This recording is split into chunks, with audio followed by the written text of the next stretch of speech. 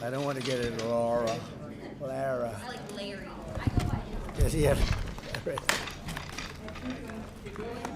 Yeah, put that way up 22. Oh, she was here today. I talked to her yesterday. She was at Jason's office. She's a good kid. She's a good one. Hello, everybody. Oh, look who we have. How are you? It's been a long time. Must be something big happening, huh? You all set? Well, thank you very much. It's a great day for me because I have a lot of confidence in this gentleman. And we're thrilled to swear in our new Secretary of Homeland Security, a great American patriot, to put it mildly, Markwayne Mullin. And I want to just say, Markwayne, congratulations. Great. Thank you, sir. You deserve it. You're a great man. Let me also thank Secretary Mullin's beautiful family, including his wife, Christy. Thank you. His sons, Jim and Jace and Andrew, and daughters, Lara, Ivy, Lynette, and other members of the Mullin family. It's a beautiful family. And we know this guy. He's our big top wrestling guy. I won't wrestle him for anything. An all-American wrestler, huh? Good. You have good genetics in that family. Proud of you. Thanks as well to Attorney General Pam Bondi, Chairman Jason Smith, Congressman Josh Gottheimer, former Speaker of the House Kevin McCarthy, and many other friends that are gathered with us. It's a great group of people. For 13 years, Markwayne has represented the incredible state of Oklahoma, a state that I won 77 out of 77 counties 3 times in a row, so they like me there. Second was Ronald Reagan at 56. Did you know that? 56, that's not bad. But 77, it's 77 out of 77, I think, right? That's not bad. But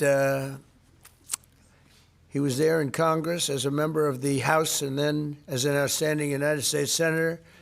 And he really has been outstanding. He's been a close and vital partner in helping us secure the border, stop migrant crime, end the scourge of illegal drugs, and make America safe again and make America great again. And he's a tremendous player. He worked with Tom Homan, worked with all of our people on the right, and many more. And everything he's done has been good. I say everything he touched, he's turned to gold. Now, but even in business, he was successful, in all fairness. And he was successful, and he said, I want to go into politics. I hope you're happy. But as the only Native American, I didn't know that, huh? Let me look at you. Well, I think that's all right. He's got great quality, I can tell you. He's the only Native American in the Senate. How many have been there before you? Do you know? Native American? I think 3. 3. Well, you're a fantastic representative. Markwayne has also been a fantastic advocate for our cherished tribal communities. He's now the first member of the Cherokee Nation ever to serve as a member of the cabinet. I didn't know all these things. I would have picked him faster if I had known. I would have made a quicker decision. Prior to his career in public service, Markwayne had a very successful career in business, leaving school at age 20 after his father got sick, taking over his family business and turning it into a multi-million-dollar success story. He's a very successful guy. Markwayne has also a career as an MMA fighter. That's why I looked at his ears and I said, I'm not going to fight with him. You can tell a lot about a person by their ears, right? During which he went totally undefeated. He was undefeated during his career, and he's been inducted into the Oklahoma Wrestling Hall of Fame. And the family is made of fantastic wrestlers, especially that guy right there. That's my favorite guy, huh? And suffered bad injury and come back stronger than ever, I think. So good to have you, man, right? I have no doubt that as he takes the helm of DHS, Markwayne will fight for Homeland Security, the United States, and securing the country and making it really strong and the way it should be. Our country's come a long way in the last year. We set it up so beautifully, and then we had 4 years of horror. We had 4 years of disgusting horror, open borders, and things that nobody would even think of. You wouldn't even think of. 25 million people poured into our country. and we've gotten a lot of them out, but we have a lot more to go. With Secretary Mullin at DHS, we will continue our record-setting efforts to deport these illegal alien criminals from our country, and we are doing at record levels despite a very unfair court system, a radicalized left court system, and others that I'm not too fond of also. And we'll protect innocent American lives. Every single illegal migrant who is a criminal record must be deported immediately. If they have a criminal record, you got to deport them. And there's a lot that came in under Biden. And Kamala, the great border czar, Kamala, who never went to the border, never called Border Patrol, never once called Border Patrol. Can you imagine that, Jim? She's the border czar. She never called Border Patrol. Explain that to me. He's the worst. She was as bad as he was. Going to give him IQ tests next week. Under the Trump administration, we've achieved unprecedented gains on public safety. Yesterday, we were in Memphis, Tennessee, to celebrate the steepest reduction in crime ever recorded. We've been there for about 5 months, and the numbers, nobody's ever seen anything like it. And thanks to our Memphis Safe Task, it's called Safe Task Force, alongside our efforts in Washington, D.C. And what we've done in Washington is amazing. We have Washington as a safe city now. It's been amazing. It's been, if you go back a year and a half, 2 years ago, Washington was one of the most unsafe cities anywhere in the world, let alone this country. And now we have a very safe city. And what they've done with all of the people working, many of the people standing right there, has been incredible. And now we're going to see all of our cities take a big step because of Markwayne. In 1 year, my administration, we've created the most secure border in the United States history and the largest drop in illegal immigration ever recorded, slashed the illegal fentanyl crossings on our border by 64%, and accomplished the largest decline in the murder rate in the history of our country, bringing it down to 1,900. That's before my father was born. My father was born a little bit after that. He wouldn't be happy mentioning this because he never liked talking about age, but he lived to be a ripe old age, but that's before my father was born. Think of it, 1,900, we have a record, 1,900. Murders last year were at the lowest level in 125 years, and we're making America safe again. We're doing it at levels that nobody, everything we're doing, we're making great. The border is great. The military is great. We're having, by the way, a tremendous success, as you know, in Iran. We had one in Venezuela, and now we're having one in Iran. They have no Navy left. They have no Air Force left. They have no anti-aircraft equipment left, no radar left, no leaders left. The leaders are all gone. Nobody knows who to talk to. But we're actually talking to the right people, and they want to make a deal so badly. You have no idea how badly they want to make a deal. And we'll see what happens. I want to thank Pete Hegseth. The job you're doing over there is really incredible. You and the general and all of the other generals and colonels and captains and majors and everybody else, right? It's a perfect, amazing thing. We make the best military equipment in the world. Now we're going to make it faster. We want to get it faster. But we make the best in the world. We're doing a job. So I'd like to ask Attorney General Bondi to come and do the honors of swearing in a man who's going to do a phenomenal job for our country. And I tell you, your family has to be very proud. You have to be very proud. Absolutely. Everybody wanted this job. I said, there's one man for this job, and I have no doubt he's going to be fantastic. Thank you, Pam. Come on over. Thank you.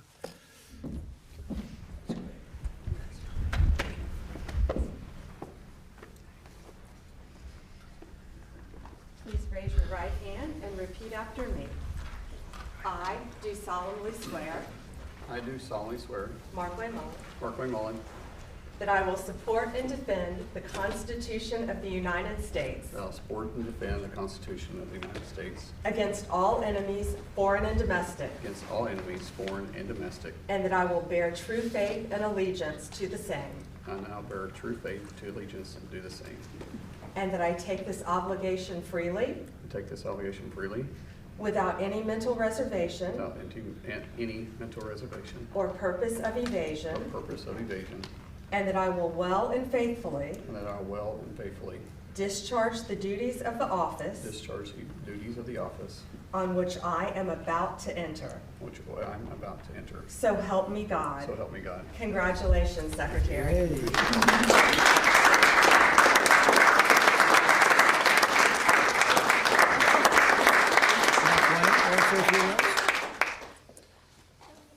Thank you. I think that was the most nervous I've ever been.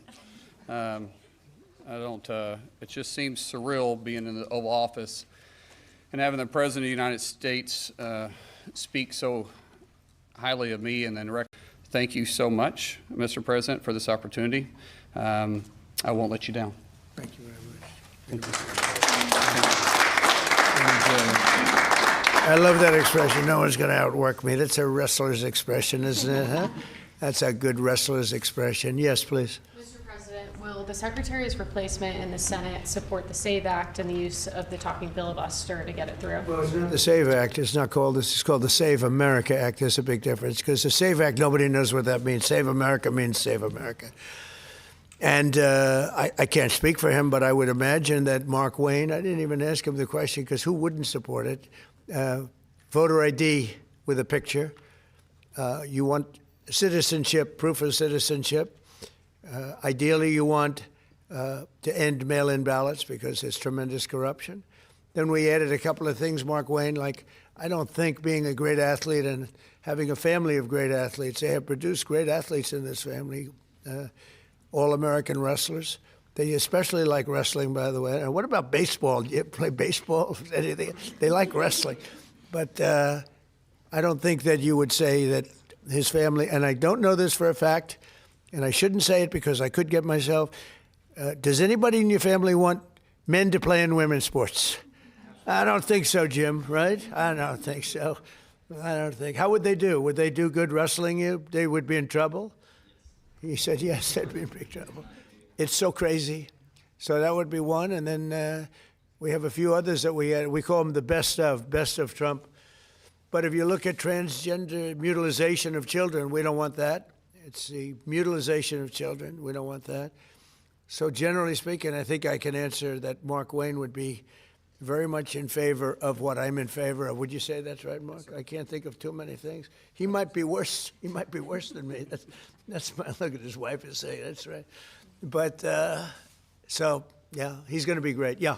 Do you believe the Secretary will run DHS any differently than Kristi Noem did? What do you hope to see as his priorities? Well, we had a good run. Look, we created the strongest border with the help of that man right there. Tom is so incredible, and he's going to be a big influence here too. There's nobody more professional, nobody better. There's nobody better as a human being. You know, he looks tough, but he's got a good heart, but not too good. Don't make it too good. But you know, we had Tom. We have the safest border we've ever had. We have a lot of assets, but a lot of things we can do, and we're going to do.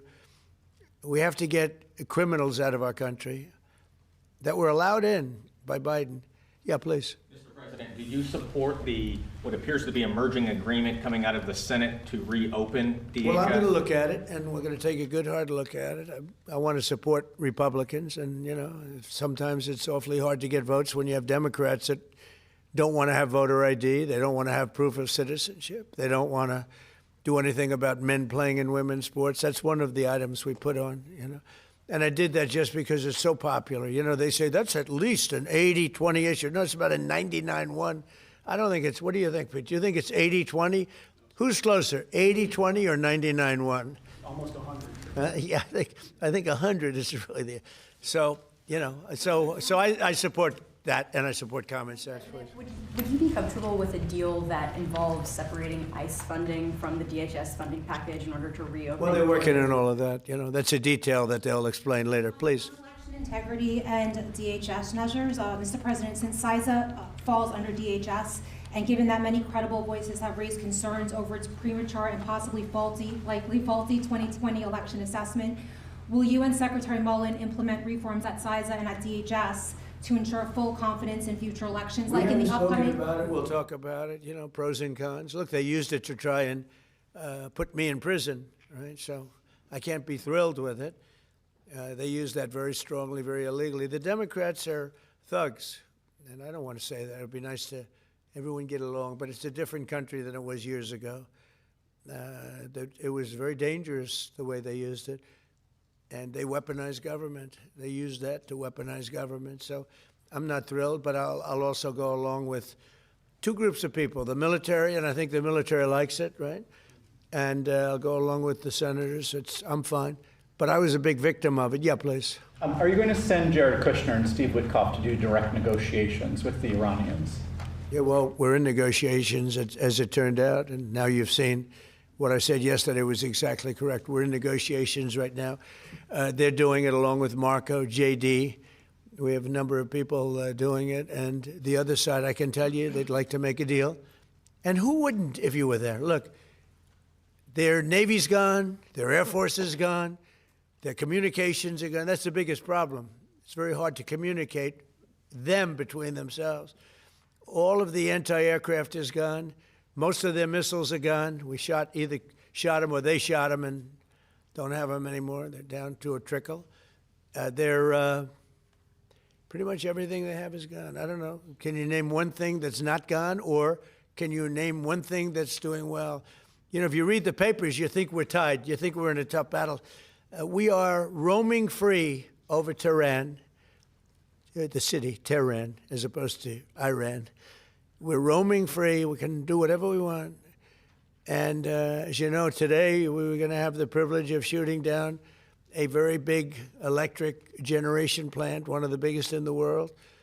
And one shot to the right location ends the plant, it collapses. And we held off based on the fact that we're negotiating. Yeah. What do you think was the turning point to make you want to pursue a ceasefire? A few days ago, you said you wanted to continue bombing Iran. Now you want to pursue peace talks. Was there something that happened? The fact that they're talking to us and they're talking sense. And remember, it all starts with they cannot have a nuclear weapon. Just, I said yesterday, they said, what are the top 10? I said, well, number 1, 2, and 3 is they can't have a nuclear weapon. And they're not going to have a nuclear weapon. And we're talking about that. And I don't want to say in advance, but they've agreed they will never have a nuclear weapon. They've agreed to that. How do you ensure they won't have a nuclear Your weapon? former Border Patrol chief, Greg Bovino, said his only regret is that he didn't catch more illegal aliens. What's your reaction to that? Who said that? That's your former Border Patrol chief. He just retired. Well, I mean, we captured a lot. They were allowed into the country by Sleepy Joe and that group of incompetent people that were, he was the worst president ever, the group of incompetent people. To me, that's the biggest scar. Inflation, they caused the highest inflation we've ever had. We've already gotten rid of it. The biggest scar is what they did, the people that they allowed from prisons all over the world. They came from the Congo, from all over South America. Rough people, really tough people. So, no, I understand what he means. He says, he would have liked to have captured more. I'm not capturing so much as removing. We're removing thousands of people. And many are self-deporting because we're going after them so powerfully that they're self-deporting, Tom. Going back, I think that's one of the big unkept secrets. We have thousands and thousands of people, and they're self-deporting. They're going back to where they came from. But what we want really is the criminals. They're not good stickers. We have guys like Tom Massey in Congress, who's terrible. He's just terrible, terrible person. I call him Rand Paul Jr. But they don't vote. Rand Paul, rarely votes for stuff. Likes me, says I'm a great president. He said the other day, I'm a great president, one of the greatest presidents. But I said, do me a favor, vote for us and don't call me a great. I'd rather have the vote than the statement. But we have people that don't stick together, and those people hopefully will someday be gone. The thing I most respect about the Democrats, even on horrible policy, they stick together. What they do have, though, is horrible policy. Transgender for everyone, open borders, men and women's sports. They have the worst policy that you can imagine. And so whether they stick together or not, they have just this terrible policy. We have great policy. Republicans have great policy. We have common sense policy, but it's great policy. That's our biggest advantage, is our policy is correct. Yeah, please. Mr. President, are you encouraging our allies in the Gulf to be more involved in the Iran operation? Say it. Are you encouraging our allies in the Gulf to be more involved in the Iran operation? Yeah, I mean, a little bit, but more NATO. I think our Gulf allies have been pretty good, to be honest with you. UAE's been hit so hard. He got hit by 1,400 rockets, shot them all out of the air with our great Patriot missiles. Think of it, they shot 100 missiles at one of our aircraft carriers, the Abraham Lincoln, one of the biggest ships in the world, actually. And out of 101 missiles shot, every single one of them was knocked down in the sea. Think of that. Think of what that means. 101 missiles, highly sophisticated, very fast missiles shot. Out of 101, all 101 were shot down, and now, for the most part, lie at the bottom of the sea. Pretty amazing, right? Pretty amazing. Our military is amazing, Pete. You know the attack I'm talking about recently? 101 shot. I said, wow. I saw that. You can see we have sort of pretty good equipment that we see. It's called the red line. Those red lines were thick, right? I said, that's a lot. And then we saw them one by one just get shot. And these guys that do the shooting, the coolest cucumbers ever. You know, most people, you don't have a lot of time. When a missile's going at 2,500 miles an hour, I don't care how far away it is, you don't have a lot of time. But I watched them sit down and think. Great students, MITs, a lot of MITs, a lot of guys like this. They're not as much into the muscle as they are this one right here. And amazing to watch them perform under great pressure, because they have a matter of seconds to do it. If they don't do it properly, it's a big problem, you know, because these were powerful. These were very powerful missiles coming. And so a lot of people choke. They don't choke. These guys don't choke. They're the best in the world. We have the best in the world, yeah. Mr. President, what would be your message today to the TSA agents who have been staying home in recent days amid this impasse? Well, some of them are needing money, you know, because the Democrats cut off their money. I blame the Democrats more than anything else. But some of them, you know, they didn't get paid because they're not funded by the Democrats. This is a Democrat problem. In fact, I actually said to the Senate, why would you say this is a Democrat problem? I think the polls are showing it's a Democrat problem. And they'll do anything actually to hurt our country so they can try and win the midterms. And if we ever went back to our old policies, we wouldn't have a country left. If they get a deal, Republicans and Democrats in the Senate, to fund all but enforcement operations of ICE, to get those TSA agents repaid and to open up the rest of the department, would you sign that? Well, I don't want to comment until I see the deal, but as you know, they're negotiating a deal. I guess they're getting fairly close, but I think any deal they make, I'm pretty much not happy with it. These guys came in, they wouldn't pay people. You know, they had a deal to pay. They had to break their deal. The Democrats broke the deal that we had. It was all done. Everything was fine. And then they just said, well, we're not going to pay anymore. And they hurt our country. And at a very difficult time because, you know, we are at, as they would say, a war. They call it a war. I call it a military operation, a very successful one, successful like nobody's ever seen before. Hey, Venezuela was equally as successful. That was a great thing. No, the Democrats had a deal. It was a done deal. And then they said, well, we're not going to pay. And so a lot of people suffered over that and put our country in danger.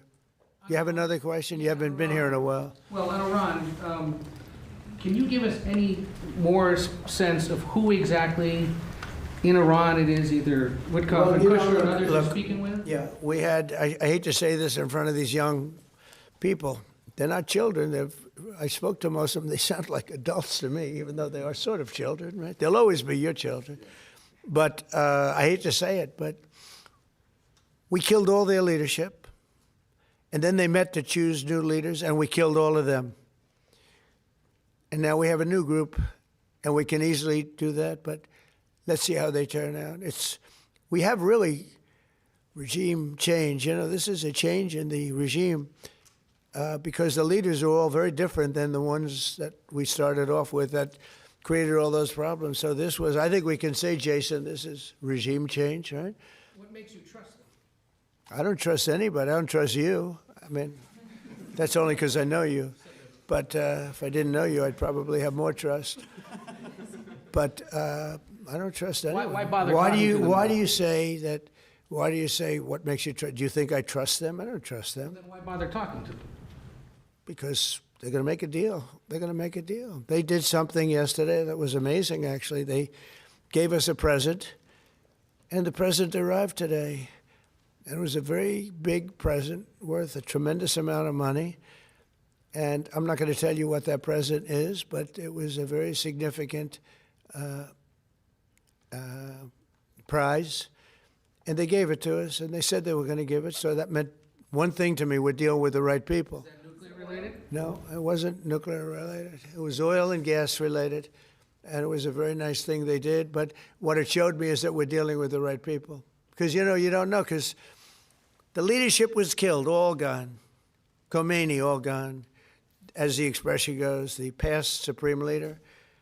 And then the new supreme leader was racked up, at a minimum racked up pretty good. And everyone else was gone. And then many of the people in the third tier are gone. But we're dealing with a group of people that I think turn out. And the present, the gift they made to us was very significant. And they said they were going to do it, and it happened. And they're the only ones that could have done it. Jennifer? Was it related to the Strait of Hormuz and the flow of? Yeah, it was related to the flow and to the strait. Yeah, it was. Are you negotiating on who's going to control the strait from now on? No, we'll have control of anything we want. Look, if we can end this without more lives being down, without knocking out $10 billion electric plants that are brand new and the apple of their eye, I'd like to be able to do that, you know. But they can't have certain things. I mean, you know the things. I don't have to go over the list, but again, it starts with no nuclear weapons, and they've agreed to that.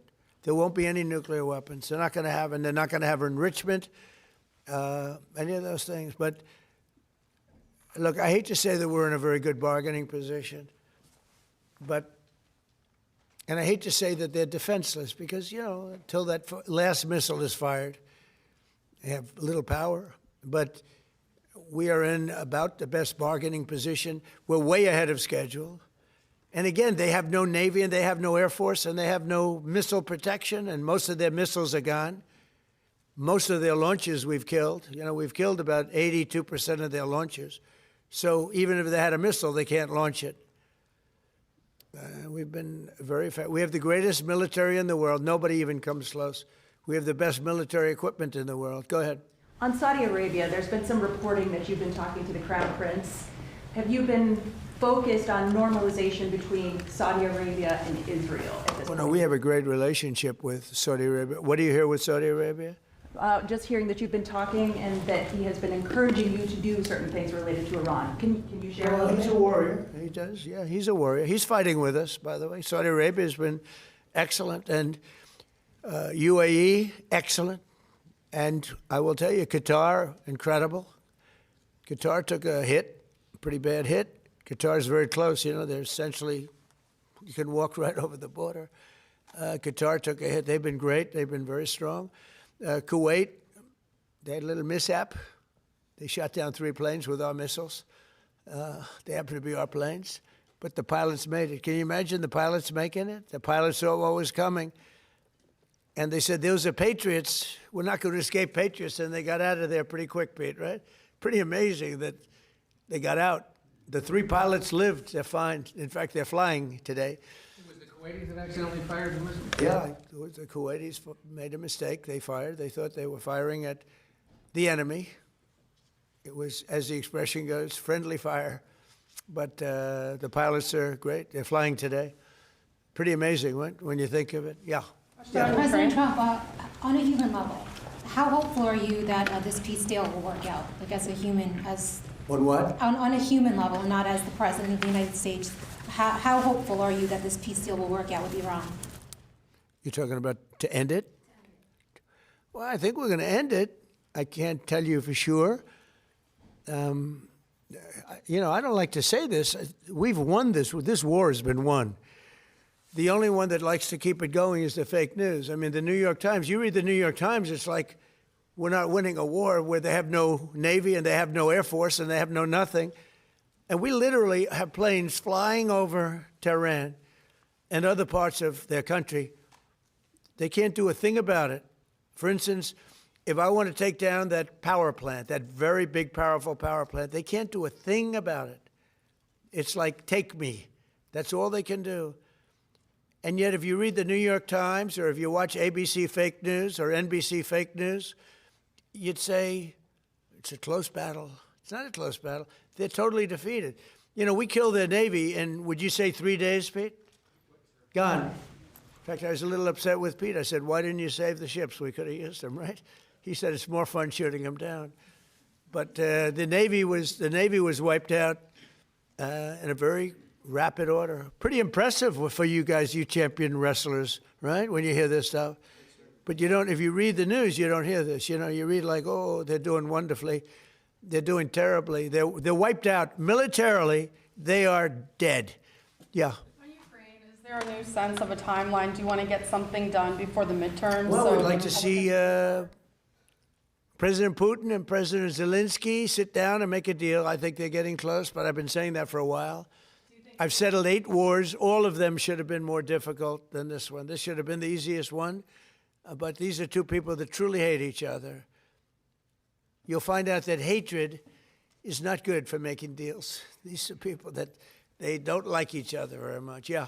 I know you said there's a bunch of people from the administration who are negotiating with Iran. There's been reports that the vice president is leading those negotiations. Is that true? Well, he's involved in them. JD is involved, and Marco's involved, and Jared Kushner's involved, very smart guy, and Steve Witkoff, smart guy, is involved.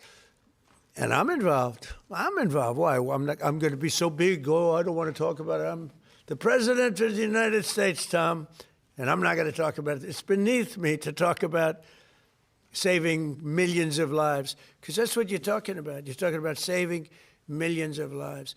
If Iran had a nuclear weapon, they would have used it.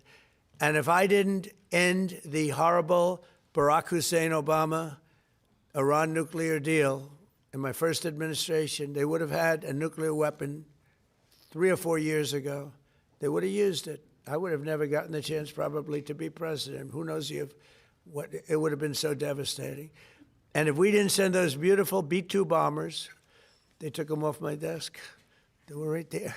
I don't know why. But if we didn't have those beautiful, the B-2 hit, which was so, we obliterated, despite CNN. CNN said, well, maybe the word obliteration. Said, no, we obliterated it, just obliterated their nuclear potential. You would have had them having, 2 weeks after that attack, had we not made the attack, they would have had a nuclear weapon. They would have absolutely used it, and they would have used it on the entire Middle East, including Israel. And you know why you see that? Because unexpectedly, when this war broke out, unexpectedly, they started sending missiles to UAE, Qatar, Saudi Arabia, Kuwait, Bahrain, and elsewhere. And nobody thought they were going to. Were you equally surprised by that, Pete? Way more than we thought, Mr. President. Pete, do you want to give about a 3-minute statement on how we're doing in this, as I call it, military operation? People don't like me using the word war, but so I won't. But the Democrats call it a war. How about a little statement? I think he's done a very good job. Do we agree he's done a good job, Markwayne? Can we take some of your time? Well, thank you, Mr. President. You're spot on. Never in history has a modern military, Iran had a modern military, a modern Navy, a modern Air Force, modern air defenses, leadership, massive bunker. Never has a modern military been so rapidly and historically obliterated, defeated, from day one with overwhelming firepower. The air campaign that we've conducted, that Israel's conducted alongside us, was one for the history books, truly. And it's because we have a president of the United States that when he sends his warfighters out to fight, he unties their hands to actually go out and close with and destroy the enemy as viciously as possible from moment one. And that's why we see ourselves as part of this negotiation as well. We negotiate with bombs. You have a choice as we loiter over the top of Tehran, as the president talked about your future. President has made it clear that you will not have a nuclear weapon. The War Department agrees. Our job is to ensure that. And so we're keeping our hand on that throttle as long as hard as is necessary to ensure the interests of the United States of America are achieved on that battlefield. This is not Iraq and Afghanistan. This is not a president who's interested in vague end states. He's been very clear with us about what we need to accomplish, creating the conditions for them never to have a nuclear capability, and that's exactly what we're doing in historic fashion. Thank you, Mr. President. Thank you. Appreciate it. Great job. You know, the only two people that were quite disappointed, I don't want to say this, but I have to. I said, Pete and General Raisin Kane, I think this thing's going to be settled very soon. Here they go. Oh, that's too bad. Pete didn't want it to be settled. It's these guys are doing a great job. That's a good attitude, though, Tom, right? They were not interested in settlement. They were interested in just winning this thing. Yeah, please. Mr. President, can you, just taking things locally, hopefully not doing international affairs for a second, do you support the construction of the 2nd Avenue subway in New York City, and will your administration Wow, work that's really a far out question.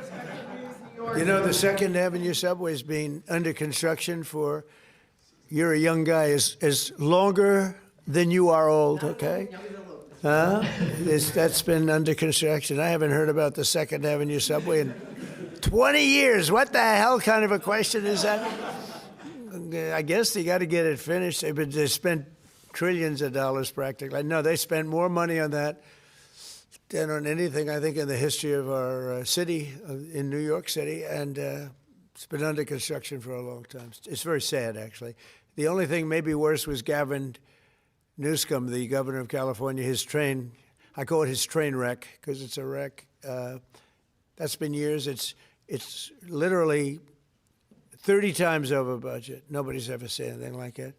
And it doesn't go to San Francisco and Los Angeles like it was supposed to. They decided to cut it way short because there was no way they could finish it. But it's one of the worst. I've never seen anything like it. Other than the worst, the Federal Reserve building for almost $4 billion, little building that's going to cost a renovation for $4 billion, headed by our highly incompetent head of the Federal Reserve. Yeah, please. Mr. President, would you be open, are you hoping to see the Senate pursue Reconciliation 2.0 to fund ICE and pass the Save America Well, Act? we'll see about reconciliation. We're certainly talking about reconciliation, I think, Markwayne, right? Do you want to talk about that for a second? Now that he's working, we can get him to do this. Thank you. Lindsey Graham, the chairman where the reconciliation will funnel through, he is committed to making sure we get reconciliation through. If that is in some form with funding ICE, possibly backfilling from the One Big Beautiful Bill, but also more importantly, the Save America Act. There's a framework that we can do through reconciliation, paying for it, put some of the policies that cost money in, because there's nothing more important than the Save America Act. I mean, that's what the American people want. There's 80% of the population say they want only Americans voting, citizens that are registered to vote, citizens that have done it the right way. And I believe that everybody wants an election integrity. So fortunately, Lindsey Graham has said through reconciliation, he's willing to put the framework out for that. And I think that was said so beautifully, so concisely, so well, your father, that we should let him have the last word, and that was it. That was the last word. Did he do a good job? Are you impressed with your father? Never been more impressive than anybody in my life. How about me? Don't answer. Don't answer. Don't answer. No, you like your father better, okay? Come here. Look at this guy. Come here. This guy, don't wrestle him. We'll steal over here. Yes, sir. Thank you. All right. I want to thank the family because without the family, he's not here. You know, he's a different person. And that goes especially for Mom, who looks like she's about 22 years old. I don't know. I see these kids, but she looks very young. But it's a great couple. Congratulations to you both. Thank you. Thank you, Markwayne. Thank you very much, everybody. Thank you. Thanks. Come on in.